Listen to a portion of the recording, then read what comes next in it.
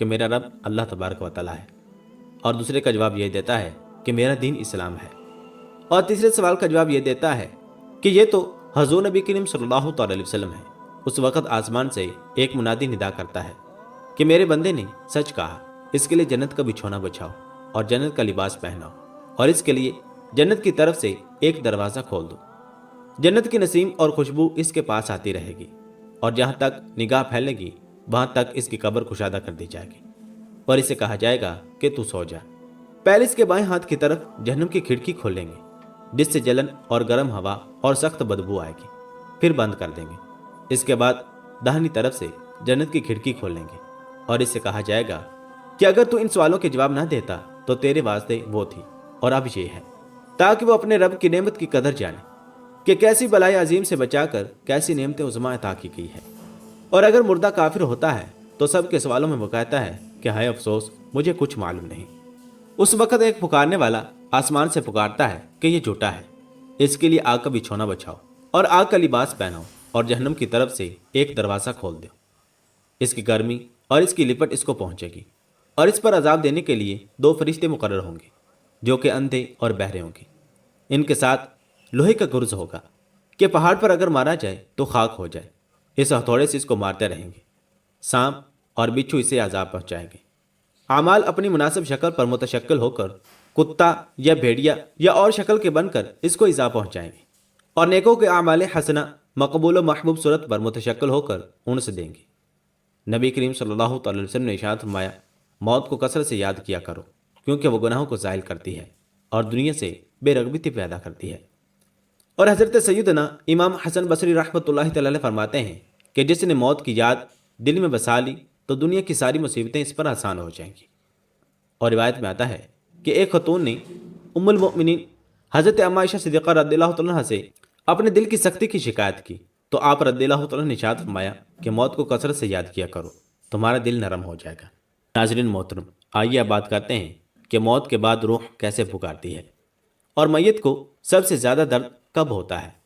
مرنے کے بعد کا منظر کیسا ہوتا ہے۔ پیارے دوستو،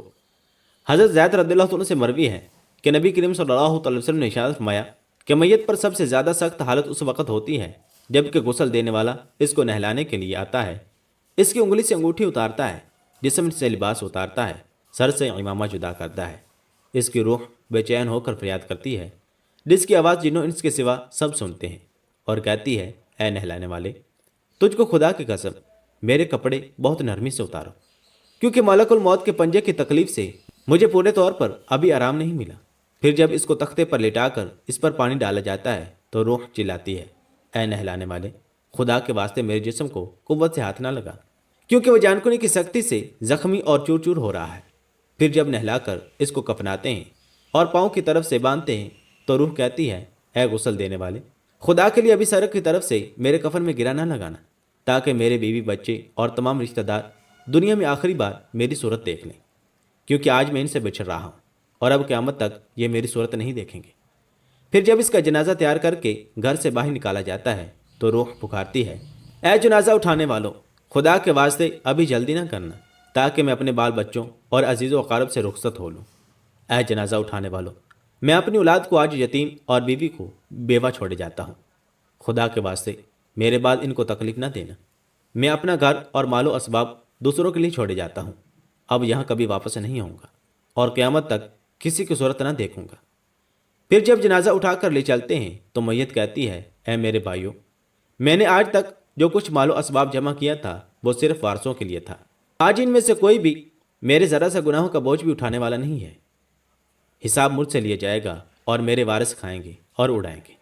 پھر جب نماز جنازہ کے بعد دفن سے پہلے کچھ لوگ اپنے اپنے گھروں کو جانے لگتے ہیں تو میت کہتی ہے، اے میرے بھائیوں، خدا کے واسطے اب اسے ایسا ظلم نہ کرو، مرنے والا تم سے منوس تھا اور تم دفن سے پہلے لوٹے جاتے ہو۔ پھر جب اسے قبر میں اتارتے ہیں تو میت کہتی ہے، اے میرے وارثو، او ترکہ پانے والوں، میں نے جو کچھ مال جمع کیا تھا وہ سب تمہارے لیے چھوڑا، خدا کے لیے تم مجھ کو دعائے خیر اور فاتحہ سے بھلا نہ دینا۔ ناظرین محترم، بزرگوں کا قول ہے کہ آخرت کی منزلوں میں سے قبر پہلی منزل ہے، اگر اس منزل میں نجات پائی تو اس کے بعد کی منزلیں بہت آسان ہیں، اور اگر یہاں عذاب میں مبتلا ہوا تو آگے چل کر اس سے زیادہ سختی ہوگی۔